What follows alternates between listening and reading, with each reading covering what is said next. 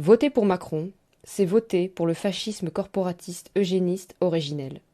Voter Macron, c'est voter pour la destruction définitive de notre pays, de notre peuple et de notre économie.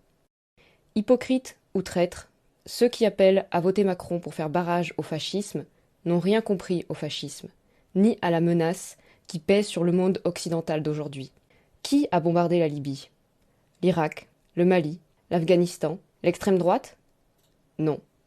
Le PS, LR, Obama, qui est noir d'ailleurs, bombarde d'autres noirs, reçoit le prix Nobel de la paix, tape sur Trump, qui n'a pas fait un dixième de ce qu'il a fait. N'avez-vous pas encore compris qu'on agite l'épouvantail d'extrême droite, à raison sur certains points évidemment, pour mieux faire passer le fascisme originel? Derrière les deux grandes guerres mondiales, derrière la construction de l'Europe, et derrière l'Europe actuelle, derrière les plus grandes institutions internationales, OMS, FMI, Banque mondiale, BRI, que personne ne connaît, CIA, NASA, etc., ce sont des nazis.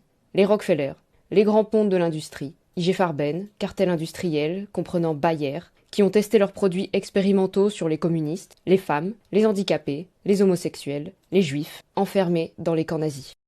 Macron, von der Leyen, Klaus Schwab, du Forum économique mondial, Albert Bourla, le PDG de Pfizer, sont les descendants de ces gens-là. Et ils osent nous dire que Le Pen et Trump sont les pires menaces pour notre démocratie.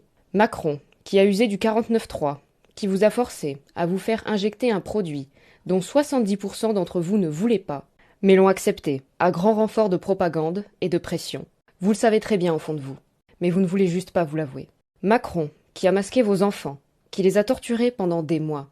Avez-vous écouté vos enfants, ou avez-vous encore une fois plié sous la pression politique et sociale? Macron, qui a supprimé l'ISF, détruit l'allocation chômage, veut faire travailler 20 heures par semaine ceux qui sont au RSA, se fait conseiller par McKinsey, alors que nous n'avons jamais élu ces gens-là. Macron n'a qu'une idée en tête, détruire ce qu'il reste de notre pays et le vendre à ses amis, instaurer la surveillance de masse et le transhumanisme. En gros, poursuivre ce qu'il a déjà commencé à faire.